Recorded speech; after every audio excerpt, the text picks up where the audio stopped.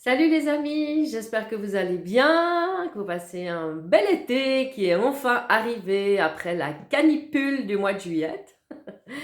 Je me pose une question suite au passage de notre cher président de la Confédération Alain Berset à la Street Parade.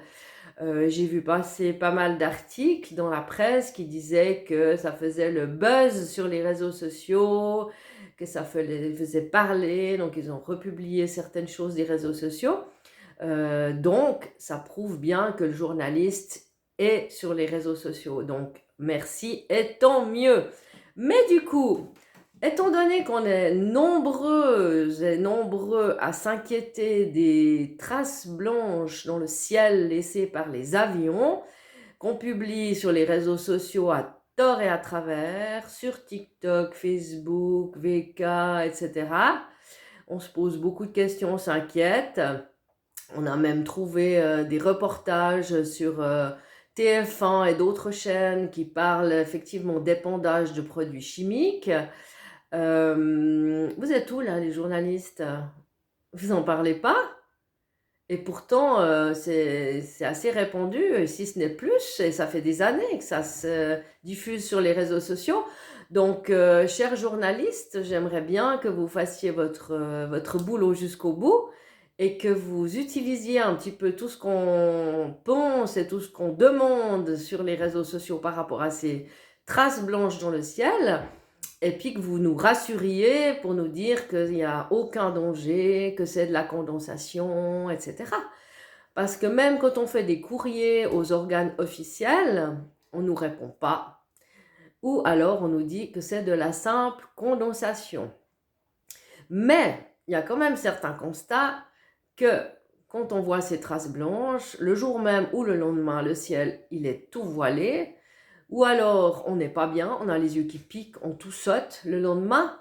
Donc, il y a quand même des choses étranges qui se passent. Et si c'est quelque chose qui nous tombe sur la tête, ce serait sympa, journaliste, de faire votre enquête et puis de nous dire finalement ce qui nous tombe dessus. Et ces derniers jours, on a aussi constaté, il n'y a pas que moi, vendredi après-midi d'ailleurs, dans le ciel, j'étais à Lausanne, dans le lac, en train de nager, et j'ai vu un gros avion passer. Il était très haut, donc c'était pas un avion qui allait atterrir à Genève. Il y avait deux monstres traces blanches pendant un bon bout, et tout d'un coup, plus rien. C'est un truc de fou. Je me suis demandé, je me suis dit, si c'est normal, ça sort de l'avion, c'est que ça devrait sortir tout le temps, ou alors pas du tout.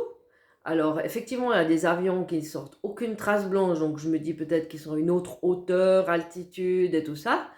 Mais le problème, c'est quand on écrit à des autorités, comme j'ai dit avant, il n'y a pas de réponse.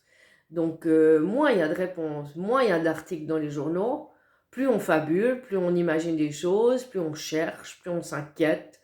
Euh, et on n'a toujours pas vraiment un bon reportage, un vrai reportage télévisuel qui nous explique le quoi, comment, le pourquoi. Et récemment, justement, la France a parlé de ça, de produits chimiques déversés dans le ciel. Alors je sais qu'à un moment donné, il parlait de faire ça pour refroidir comment dire, la température. Mais du coup, si c'est pour refroidir la température, pourquoi vous faites pas, enfin pourquoi ils font pas ça partout où il y a la canicule, par exemple? Je sais pas. Enfin voilà, il y a aussi des endroits où, à Dubaï par exemple, font tomber la pluie. Donc si ça c'est possible, pourquoi tous ces incendies continuent? Pourquoi? Enfin, voilà, voilà, on questionne beaucoup et j'aimerais bien que la presse s'empare de ce sujet autant qu'elle s'est emparée du sujet d'Alain Berset qui a fait couler de l'encre et beaucoup d'énergie sur les réseaux sociaux. Mais du coup, l'épandage dans le ciel, c'est un sujet qu'il ne faudrait pas oublier. En tout cas, à tout journaliste, merci bien de tenir compte de cette vidéo et puis de nous expliquer ce qui se passe ou ce qui ne se passe pas. Mais en tout cas, voilà, c'est intéressant de constater que vous faites un tri et puis que les sujets gênants, vous les évitez très très facilement. Donc, à bon entendeur et bon dimanche à tous. Bye bye.